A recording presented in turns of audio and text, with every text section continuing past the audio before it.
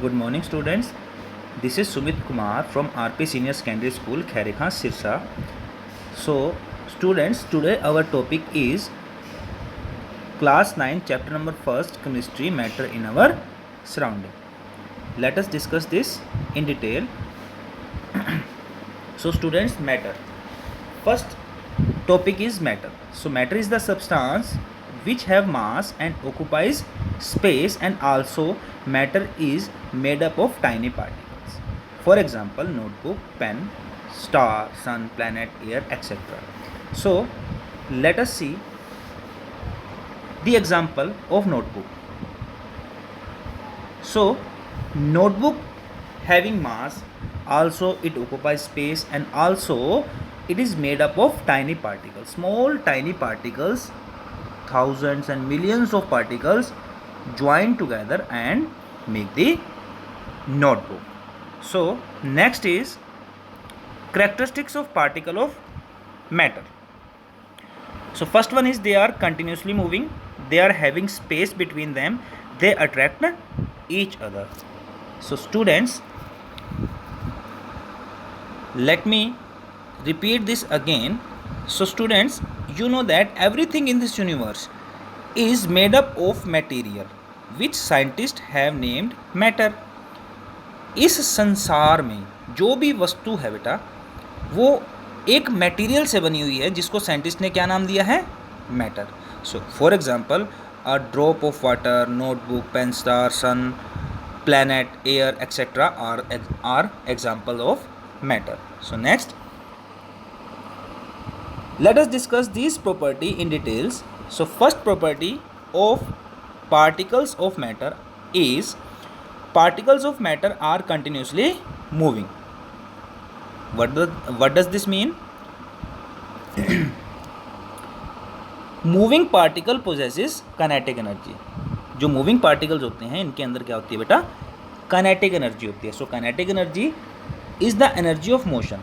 So kinetic energy is defined as the energy of motion. So ये this K E is abbreviated as kinetic energy. इसकी full form है kinetic energy. As we rise the temperature particle move faster. जैसे ही हम temperature को rise कर देंगे, for example अगर मैंने गैस चूल्हे पे अगर मैंने एक अटेंसिल्स में पानी को गर्म होने के लिए, बॉयल होने के लिए रख दिया, तो मैं क्या कर रहा हूँ, उसको नीचे से गैस को जब मैं ऑन करूँगा तो टेम्परेचर राइज होगा. जैसे ही टेम्परेचर राइज होगा, जो पार्टिकल है उस वाटर के, उस लिक्विड के क्या करेंगे, टेम्परेचर को गेन करेंगे और उसके जो पार्टिकल हैं वो ज़्यादा एनर्जी के साथ मूव करेंगे. दैट मीन्स काइनेटिक एनर्जी उनकी इंक्रीज हो जाएगी. आगे देखिए, जो ये मूवमेंट होती है पार्टिकल्स की is minimum in solid, more in liquids and maximum in gases. So let us understand this with an activity. Look at this picture. In this picture, you will see a glass tumbler containing water and a drop of ink. So, you have to do this activity at your home. Take a glass tumbler, add some water, and add a drop of ink. What you will observe?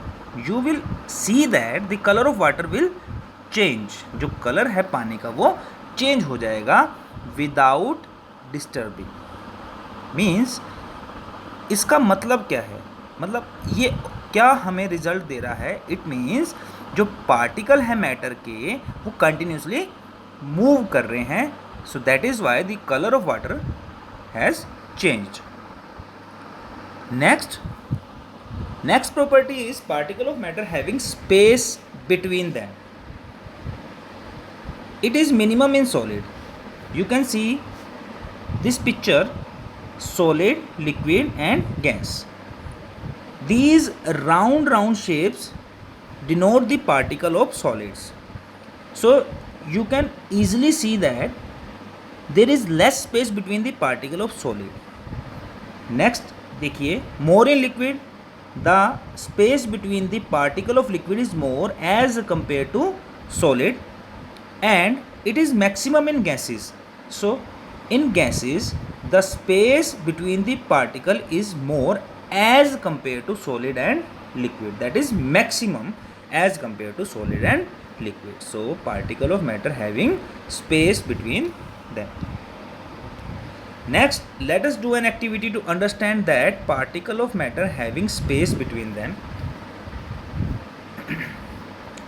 Take a glass container,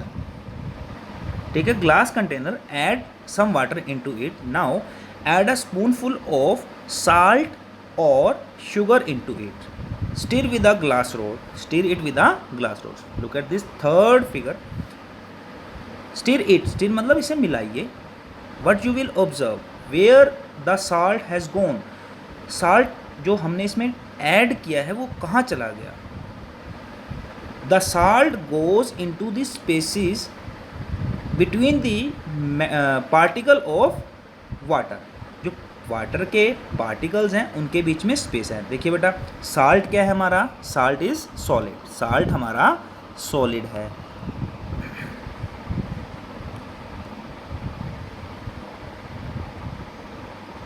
salt is solid and water is liquid. अभी in our previous slide we just discussed that solid have less space but liquid has large space as compared to solid. So due to this space between the particle in liquid, solid goes into that spaces. That means that ये जो salt हमने डाला है ये liquid के बीच में, liquid के पार्टिकल्स के बीच में जो स्पेस है वहाँ जाके ये सेटल हो जाएगा. And is there any change in the volume of the water, क्या पानी का वॉल्यूम इंक्रीज होता है. देखिए, सपोज मैंने 100 ml वाटर लिया और मैंने इसमें 20 ग्राम साल्ट मैंने इसमें मिला दिया, या मैंने शुगर इसमें मिला दी, मैंने इसमें ऐड कर दी. मैंने क्या किया, इसे स्टिर किया तो ये क्या हुआ, इसके अंदर मिक्स हो जाएगी. तो क्या वॉल्यूम इंक्रीज होगा? No, volume does not increase, volume increase नहीं होता है. Next, one important property of particle is that particle of matter are so small that we cannot see them with our naked eye. Naked eye means without any instrument. That means we cannot see the instrument, we cannot see the particle of matter with our unaided eye. Unaided eye means without the help of any instrument. So they are so small beyond our imagination. आप कितना छोटा सोच सकते हो किसी चीज़ को, कितना छोटा इमेजिन कर सकते हो किसी चीज़ को, उससे भी छोटा है साइज जो है हमारे पार्टिकल्स का. So particle of matter are so small that we can not see them with our naked eyes. They are so small beyond our imagination. So this is the activity. I hope आपको ये समझ आ गया होगा. Next, particle of matter attract each other. That means the force of attraction between the particle of matter is maximum in solids, intermediate in liquids and negligible in gases.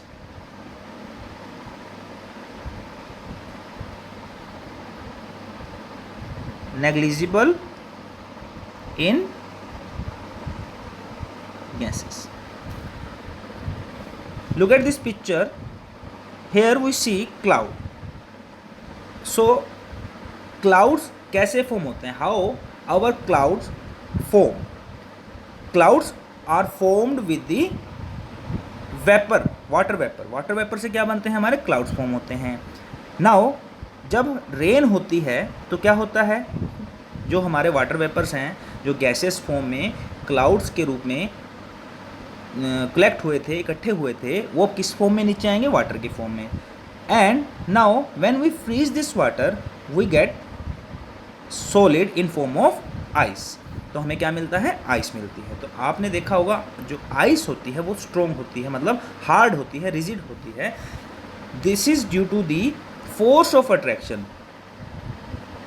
So force of attraction maximum in solids, intermediate that means कम होती है liquids में as compare to solid, but it is more as compare to gases. Liquid के अंदर जो force of attraction होती है वो गैसेस से ज़्यादा होती है, बट सॉलिड से कम होती है, बट नेग्लिजिबल, और you can say that minimum in gases. So particle of matter attract each other.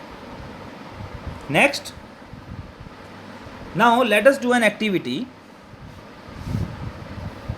This activity asks us to break, cut, stretch various pieces of iron nails. You have to take iron nail, chalk and rubber band. In which of the above three substances do you think the particles are held together with greater force? So, which particle, or you can say that in which substance the force of attraction is maximum? All the three substances we have taken, all are solids. So, we have taken iron nails,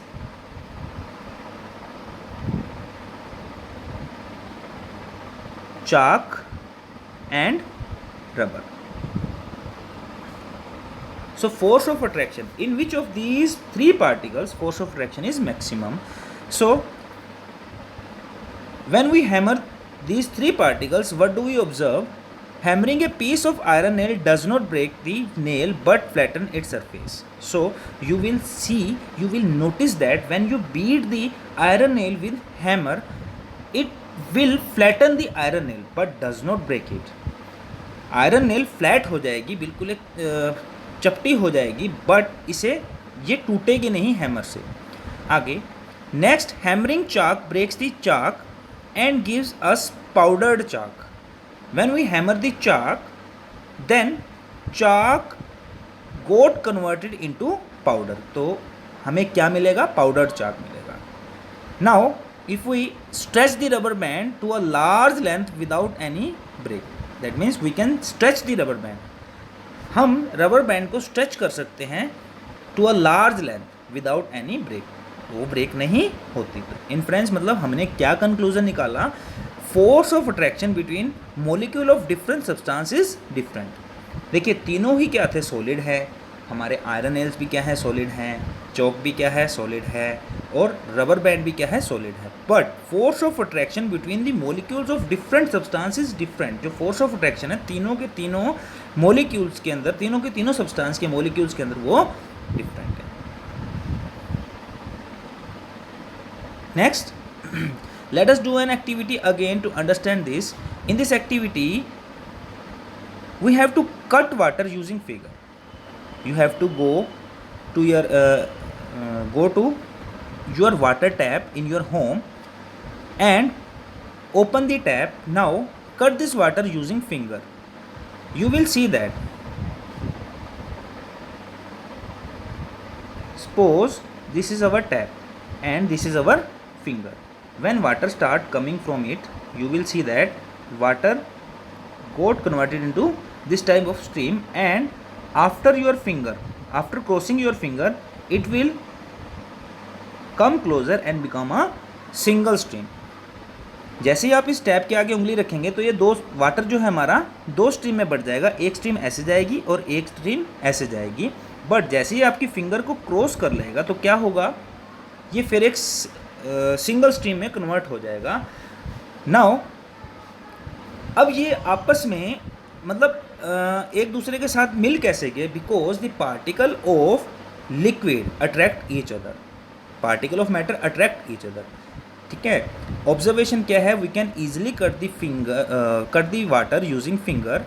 water join again once we remove the finger. तो water फिर join हो जाता है. इसकी explanation देखिए बेटा क्या है. Water has a weak force of attraction than solids, as we discussed earlier that solid have maximum force of attraction, but liquid has weak force of attraction as compared to solid. So we can easily swivel our finger across it. easily हम इस tap के इधर उधर उंगली को लेके जा सकते हैं. once we move the finger, water occupies the same space. जब हम हमारी फिंगर को मूव कर जाएंगे वाटर टैप के सामने से, तो फिर वो वापस अपने ही सेम स्पेस में आ जाएगी। ये similar process also occur with air. Air के अंदर भी ऐसा होता है। देखिए, you can move your hand into air easily. Here air molecules regain the empty space similarly. Same process यहाँ पर भी होगी जैसा कि वाटर के साथ हुआ है। नेक्स्ट देखिए बेटा, so next topic is states of matter. There are 3 states of matter. First one is solid, liquid and third one is gas. Solid, liquid and gas. There are 3 states of matter. So what are the differences between them? So solid have strong intermolecular force of attraction. That means the particle of solid having strong force of attraction. You can see in this picture. In this picture you will see that ये जो particles हैं, देखिए एक green colour है और एक blue सा colour की जो ये पार्टिकल्स हमें दिखाई दे रहे हैं, इनके बीच में जो फोर्स ऑफ अट्रैक्शन है वो क्या है, बहुत ही ज़्यादा है। उसके बाद जो लिक्विड्स हैं, लिक्विड्स के अंदर देखिए जो इंटरमोलिकुलर फोर्स है, फोर्स ऑफ अट्रैक्शन है, वो वीक है as compare to solid, but it is maximum as compare to gas. So in gases there is very weak intermolecular force of attraction. Second point is solid have very less intermolecular space. So the space between the particle of solid is very less. There is large space, intermolecular space as compared to solid, and in gases there is very large intermolecular space. So second difference is very less intermolecular space in solid, large intermolecular space in liquid, very large intermolecular space in gas. Have definite shape and volume. Have definite shape and volume. Solids have definite shape and volume. Do not have definite shape but have definite volume. Liquids do not have definite shape but have definite volume. Third one, gases, no definite shape and volume. Gases does not have definite shape and volume. Solids have high density. Density is denoted by D and it is equals to mass upon volume. That means per volume the number of particle, the mass of number of particle is more in solid but less in liquid and very less in gases. So density is high in solids, is low in liquids and very low in gases. Solid cannot be compressed. We cannot compress. Compress मतलब हम इन्हें दबा नहीं सकते. Solids cannot be compressed, but liquid can be compressed and gases can be highly compressible. Gases को हम ज़्यादा compress कर सकते हैं, बट लिक्विड्स को हम कंप्रेस कर सकते हैं लेकिन to some extent, but solids are not compressible. Next, how do we change the state of matter? That means change of state of matter. We can change the state of matter by changing the temperature and by changing the pressure. So, see in this example, by changing temperature, you already seen the ice. Ice is in the form of solid. When we increase the temperature, then this ice melt and converted into liquid, and when this liquid that is water is boiled to some temperature, it is converted into vapor. That is it is converted into gaseous form.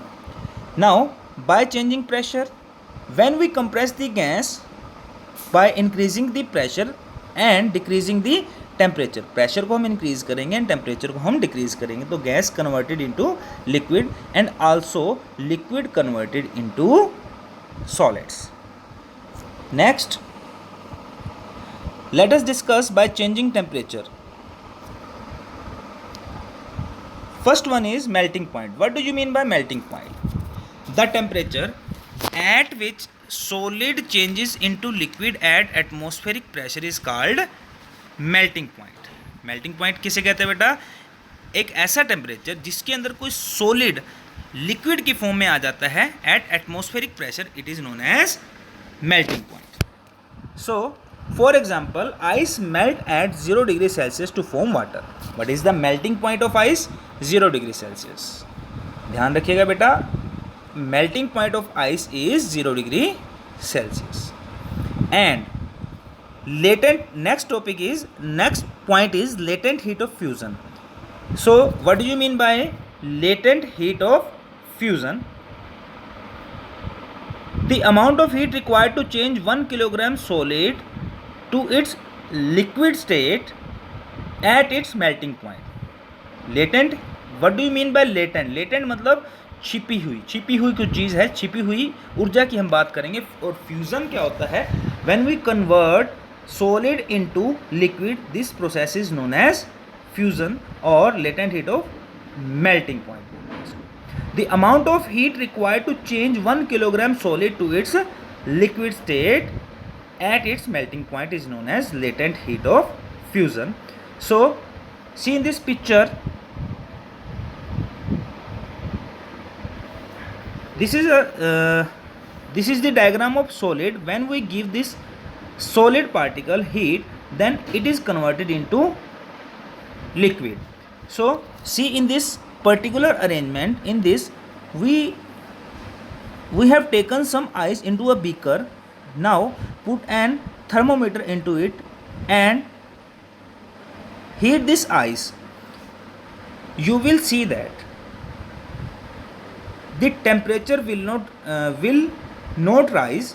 जो temperature है वो rise नहीं करेगा. Even अगर हमारे पास जब तक एक पीस आइस का भी होगा तब भी ये टेम्परेचर 0 डिग्री सेल्सियस ही रहेगा. That means the amount of heat required to change 1 kilogram solid to its liquid state at its melting point. That means इसका जो हमने अभी क्या पढ़ा है, आइस का मेल्टिंग पॉइंट कितना है? 0 डिग्री सेल्सियस. सो 0 डिग्री सेल्सियस ही इसका टेम्परेचर थर्मामीटर में शो होगा जब तक हमारी जो हीट है, जब तक जो हमारा एक पीस भी बर्फ का इस बीकर के अंदर रहेगा. नेक्स्ट देखिए बेटा, boiling point. The temperature at which liquid boils and changes into gaseous state at atmospheric pressure is called boiling point. एक ऐसा टेम्परेचर जिसमें कोई लिक्विड बॉयल करता है और चेंज हो जाता है किसमें? गैसियस स्टेट में आ जाता है at atmospheric pressure. In this particular what does this mean? भी हम एटमॉस्फेरिक प्रेशर को सेम रख रहे हैं, प्रेशर को ना तो इंक्रीज़ कर रहे हैं ना डिक्रीज़ कर रहे हैं, लेकिन हमने किसको चेंज किया है? टेम्परेचर को. टेम्परेचर को मैं इंक्रीज़ करूँगा, प्रेशर को मैं सेम रखूँगा, तो जो मेरा लिक्विड है जो वो किस में आ जाएगा? गैसियस स्टेट में आ जाएगा. And this is known as boiling point. Now next, latent heat of vaporisation. So the amount of heat required to change 1 kilogram liquid to its gaseous state at atmospheric pressure at its boiling point. ध्यान से सुनिए बेटा, latent heat of vaporization is the heat energy required to change 1 kilogram of liquid to gas at atmospheric pressure at its boiling point. So this is known as latent heat of vaporization. In this particular diagram, you will see a beaker containing water, a thermometer. Now heat this beaker with the help of burner. You will see that the temperature will not rise to 100 degree Celsius because the boiling point of water is 100 degree Celsius. तो ये जो temperature है ये 100 degree Celsius पे ही रहेगा जब तक पानी की एक बूंद भी इस बीकर के अंदर होगी. जैसे ही पूरा का पूरा पानी मतलब वेपराइज्ड हो जाएगा तब जो हमारा टेम्परेचर है वो थर्मामीटर में इंक्रीज़ होना स्टार्ट हो जाएगा. अब इतनी देखिए इस एक्टिविटी में और पीछे हमने जो डायग्राम देखा था, हम इतनी हीट दे रहे हैं नीचे से, लेकिन टेम्परेचर कहीं भी नहीं इंक्रीज़ हो रहा ना. तो देखिए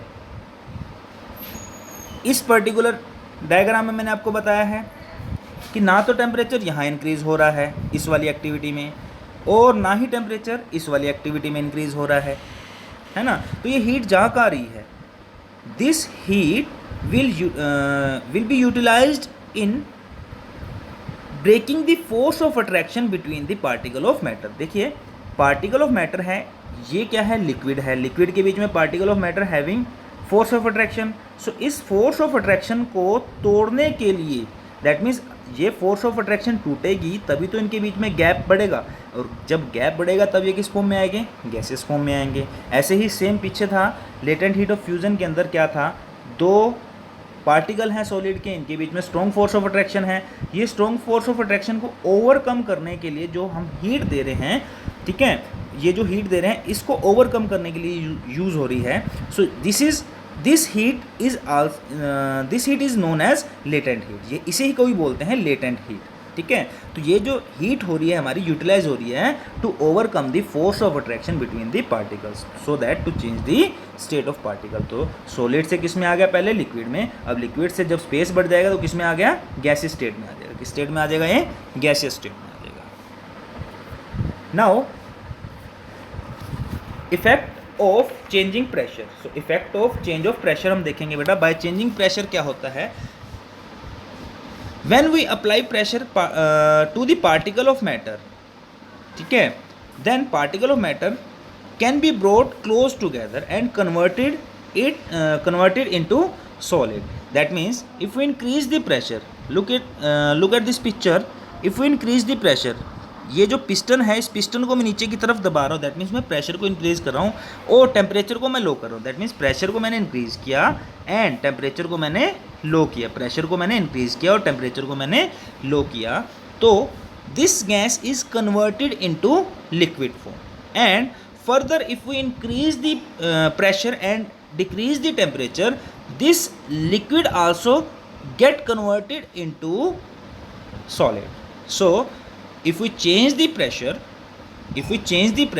that means increase the pressure and reduce the temperature, then a gas can be converted into liquid also in solids. So by applying pressure and reducing temperature, we can liquefy gases. So temperature, student, just remember, temperature and pressure both determine the state of substance, whether it will be solid, liquid or gas. So look at this picture, you will see liquid, gas and solid, and these arrow, देखिए बेटा यहाँ पर vaporisation है और यहाँ condensation है, sublimation है, और यहाँ पर क्या है बेटा, फ्यूज़न है और सॉलिडिफिकेशन। सॉलिडिफिकेशन मतलब freezing. That means vaporisation, what do you mean by vaporisation, the process in which the liquid get converted into gas when we increase the temperature. जब हम टेम्परेचर को इंक्रीज करेंगे, then the force of attraction between the particle of liquid becomes weaker, और ये जो force of attraction है ये break हो जाएगा और पार्टिकल्स हैं move apart. That means particle move apart, एक दूसरे से दूर दूर हो जाएंगे। दैट मीन्स जो इनके बीच में फोर्स ऑफ अट्रैक्शन है वो कम हो जाएगी। अब वो किस में कन्वर्ट हो गया, जो लिक्विड है वो किस में कन्वर्ट हो जाएगा, गैस में। And the reverse of vaporisation is known as condensation. That means conversion of gas into liquid state by is known as condensation. Gas को वापस लिक्विड स्टेट में लेके आने की प्रोसेस को हम बोलते हैं बेटा condensation. Next is sublimation. Sublimation क्या होता है, the process of converting a solid directly into gas without changing it into liquid. That means solid को डायरेक्टली ही हम किस में कन्वर्ट कर रहे हैं, गैस के अंदर कन्वर्ट कर रहे हैं, तो ये होता है सब्लिमेशन। और वाइस वर्सा, और vice versa means gaseous state से सीधा ही वो किस में आएगा, सॉलिड स्टेट में आएगा, तो उसे बोलते हैं सब्लिमेशन। इस सब्लिमेशन के दौरान कोई भी सॉलिड सब्सटेंस या तो सीधा डायरेक्टली गैसियस स्टेट में आएगा और गैसियस स्टेट से सीधा सॉलिड स्टेट में आएगा। That means there is no liquid state in between them. Next, fusion, that is melting of solid to convert it into liquid is known as fusion, and solidification or freezing to freeze liquid into solid, या to convert liquid into solid is known as solidification or freezing.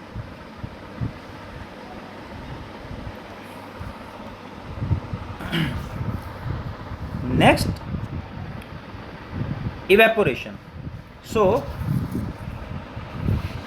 what do you mean by evaporation? देखिए बेटा, दो term होती हैं, one is evaporation and one is vaporisation. What is the difference in between them? Evaporation occurs naturally below the boiling point of the matter, but vaporization is done by us at its boiling point. That means it is a natural process, but it is not a natural process. Vaporization हम खुद करवाते हैं, जैसे water के vapour बनाने हैं. देखिए, water के वेपर्स नेचुरली भी बनते हैं, अगर वो नेचुरली बनते हैं तो वो इवेपोरेशन है. लेकिन अगर हम उसके वेपर्स हीट करके, हीट दे के उसके वेपर्स को बनाते हैं तो उसको बोलते हैं वेपोराइजेशन. देखिए बेटा, the process of change of liquid into vapours at any temperature below its boiling point. At any temperature means in summer you see that if you put some water into a tumbler and put that tumbler directly into the sun, you will see that the level of water reduce after some times. So जो level जो कम हुआ है पानी का वो गया कहाँ, वो इवेपोरेट हो गया. दैट मीन्स अब वहाँ जो वाटर था वो अपने बॉइलिंग पॉइंट पे नहीं पहुँचा, मतलब 100 डिग्री सेल्सियस टेम्परेचर नहीं पहुँचा, because we know that temperature maximum summer में कितना 45 to 48 डिग्री सेल्सियस होता है. इस टेम्परेचर पे भी इवेपोरेशन हो जाता है. So it is the natural process. So the process of change of liquid into vapour at any temperature below its boiling point is called evaporation. देखिए बेटा, यहाँ पर एक बकेट शो की हुई है और ऊपर से देखिए ये सनरेज आ रही हैं, यहाँ से जो आ रही हैं ये सनरेज हैं. देखिए ये सनरेज आ रही हैं, इस बकेट के अंदर कुछ पानी रखा हुआ है और हमने डायरेक्टली इसको सन के अंदर रख दिया है, सन के सामने रख दिया, सन के बाहर ओपन एनवायरनमेंट में रख दिया है. तो क्या हुआ, जैसे ही सन की रेज, सन की जो हीट है इस अपर सरफेस पे पड़ेगी वाटर के लेवल के, तो ये क्या देखो यहाँ से ये इवेपोरेशन आपको दिखाई देगा. धुआं सा देखो दिखाई दे रहा होगा, स्मोक सा, ये क्या है, इवेपोरेटेड वाटर. सो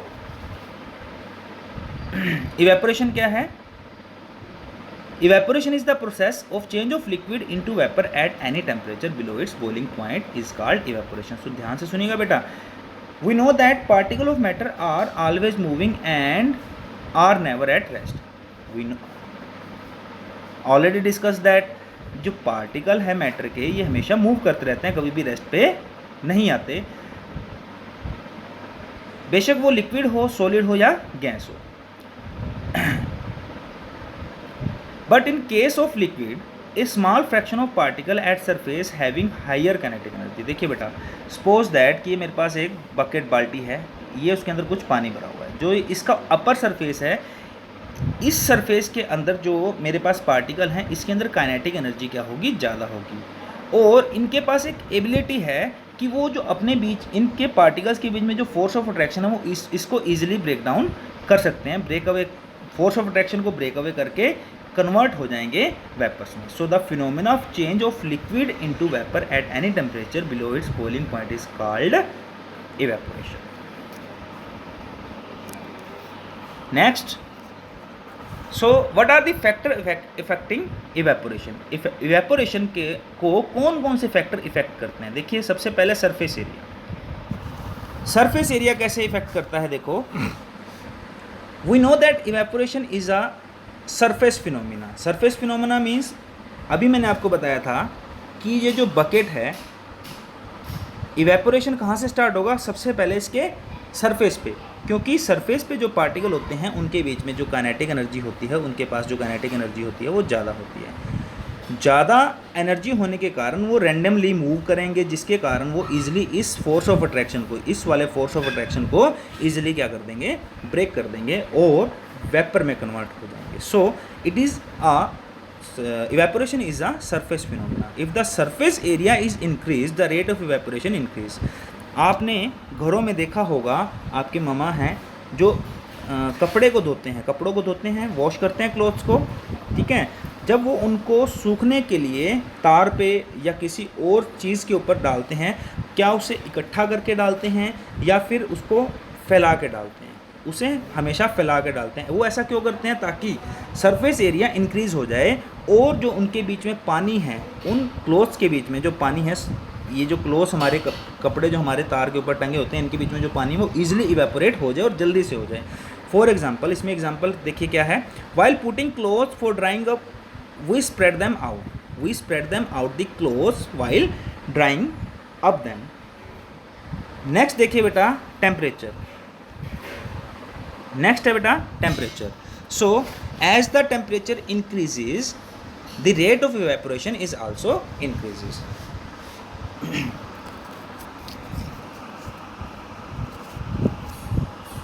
इसको हम इस प्रकार इसको समझ सकते हैं। देखिए, in winter we get difficulty in drying up clothes. सर्दियों के अंदर कपड़ों को सुखाने में हमें थोड़ी सी मुश्किल होती है as compare to summer. Reason behind that the temperature in winter is low. जो टेम्परेचर होता है विंटर में वो लो होता है, बट इन समर में जो टेम्परेचर होता है वो क्या होता है? हाई होता है। So as the temperature increases the rate of evaporation is also increases.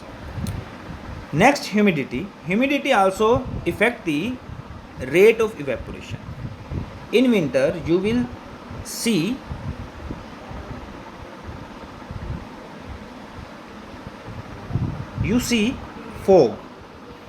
Fog होने के कारण, जिसको हम बोलते हैं धुंध या ओस पड़ती है, ठीक है। Due to this fog humidity in air is more which do not help in drying up of clothes. तो ये कपड़ों को सुखाने में हमारी हेल्प नहीं करती। But in summer the humidity level in air is less. Summer के अंदर ह्यूमिडिटी का जो लेवल है, H denote for humidity, S denote for denoting summer. So the level of humidity in summer into air is less as compared to winter. So humidity also increases or decreases the rate of evaporation. Next, wind speed. Speed also affect the evaporation. If the wind speed is high, then evaporation is fast. If the wind speed is low, then evaporation is also low. The rate of evaporation is also low.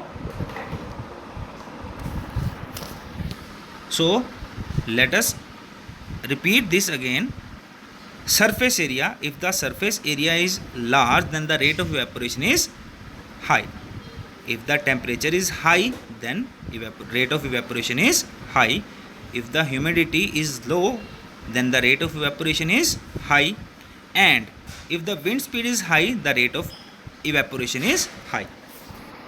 So you can also say that surface area is directly proportional to, or you can say that evaporation is directly proportional to, E denotes evaporation, surface area. surface area ज़्यादा होगा, evaporation ज़्यादा होगा। ऐसे ही same evaporation also depend on temperature. Temperature ज़्यादा होगा, evaporation ज़्यादा होगा। Next, humidity. Evaporation is inversely proportional to humidity. Humidity inversely means अगर हम ह्यूमिडिटी को इंक्रीज़ करेंगे तो रेट ऑफ इवेपोरेशन डिक्रीज़ हो जाएगा, एंड अगर ह्यूमिडिटी कम होगी तो रेट ऑफ इवेपोरेशन ज़्यादा हो जाएगा। Next, wind speed. Evaporation is directly proportional to wind speed. अगर विंड स्पीड ज़्यादा होगी तो इवेपोरेशन भी ज़्यादा होगा, अगर विंड स्पीड लो होगी तो इवेपोरेशन भी लो होगा। Next, there are some question on evaporation. How does evaporation cause cooling? Why should we wear cotton clothes in summer? Next, why do we see water droplets on outer surface of glass containing ice cold water? Next, why does a desert cooler cool better on a hot dry day? So, in this video, we only discuss the concept, and in our next video we will discuss some important question from this lesson, some important topics, and we will discuss some daily life fact from this chapter. So आज के लिए इस part में इतना ही। आज हमने इस chapter के अंदर जितनी भी थ्योरी है, जो कंसेप्ट है, वो हमने कंप्लीट कर लिया है। नेक्स्ट वीडियो में हम मिलेंगे क्वेश्चंस के साथ, जो कुछ इम्पोर्टेंट क्वेश्चन इस लेसन में से हमारे बनते हैं, ठीक है। और तब तक के लिए thank you, stay safe, stay home, have a nice day.